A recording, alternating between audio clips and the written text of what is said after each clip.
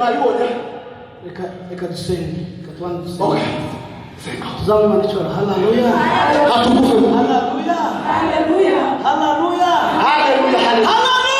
Hallelujah. Hallelujah. Atukufu. Kirango dushike mu ikanisa. Asifiwe. Hari ikintu abantu bagaterana nkaho batarabohokera mu materaniro. Yesu ashimwe. Tuzamure Imana icyubahiro. Hallelujah. Hallelujah. Hallelujah. Hallelujah. Hallelujah. Mana datagira ibihe. Sava.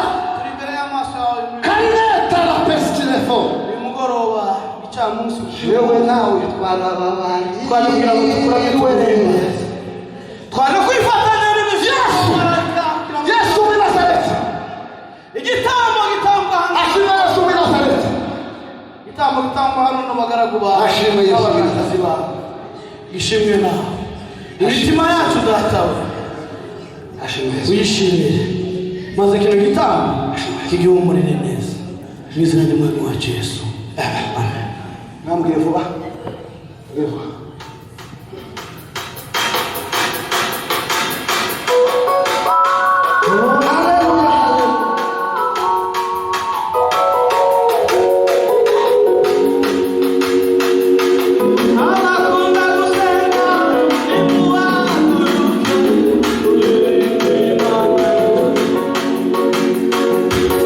Abakunda gusenga imuharuke kuri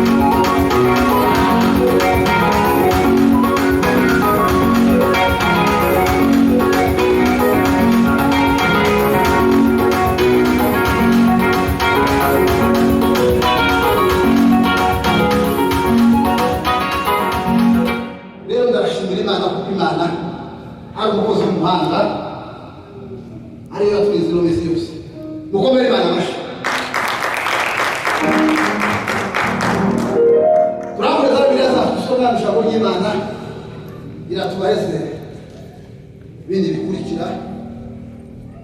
Ndashimira Imana kuko twishimye, kandi ndashimira Imana kuko muri uyu muryango wacu nta gikuba cyacitse. Uko iwaje kugira ikintu kiba cyabaye muri iki gitondo, ntabwo tuba turabisha Imana gutya. Nubwo Bibiliya ivuga ngo mu byiza no mu bibi ngo duhore dushima, ntabwo tuzoreka gushima Imana kuko twapfushije, ntabwo tuzoreka gushima Imana ngo kuko twagwajije.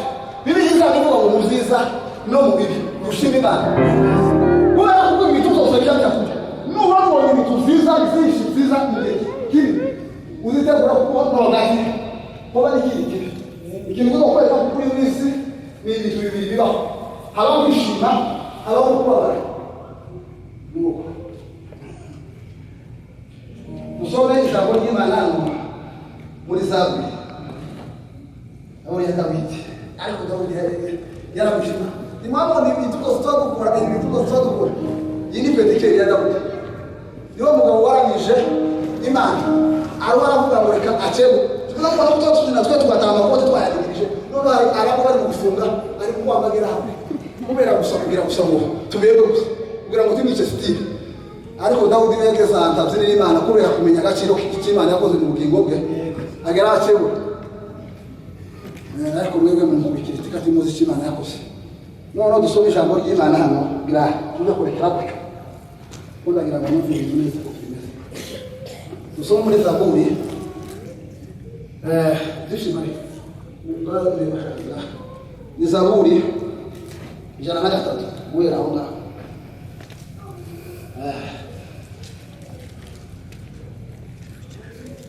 Urabona Zaburi ongera aho ijana na gatatu guhera irebe umuwe ngo nijegere. Iyo tunasoma Bibiliya, iyo tunabwira ijambo ry'Imana, biratubwira ngo ntawe uzajana na mugenzi we. kweli Umuntu ngo wenyine ku giti cye, umugabo ngo ntiyakwizerera umugore we, amen, ngo bajane. Umugore nubwo yaba yizera cyane, umugabo ari umunyamanyanga, ntibazajana. Ababiri ngo bariko bahura hamwe basekura, ariko ngo impanda ivuge ngo umwe aragenda undi arasigara. Abantu babiri ngo babe bararyamye ku gitanda bombi, impanda ivuge uwizeye ngo agende, ukiranirwa asigare, asange yasigaye ku gitanda undi yigendeye. haleluya haleluya. Ntawe uzajana na mugenzi, ni wowe wenyine rero bireba, birakureba nanjye bikandeba. Dusomye ijambo ry'Imana riratubwiye ngo Yonatani, aya ni amakuru ya Yonatani. Yonatani ni umuhungu wa Sawuli. Sawuli umwami wa mbere wa Isirayeli. Isirayeli ngo bigeze kugenda bayobewe n'abami, bayobewe n'abahanuzi n'abatambyi, ngo bagera igihe cyo kuvuga ngo se twebwe ntitwobaga yandi nk'ibindi nk'abandi bantu, ngo tuyoborwe natwe twitorera umwami.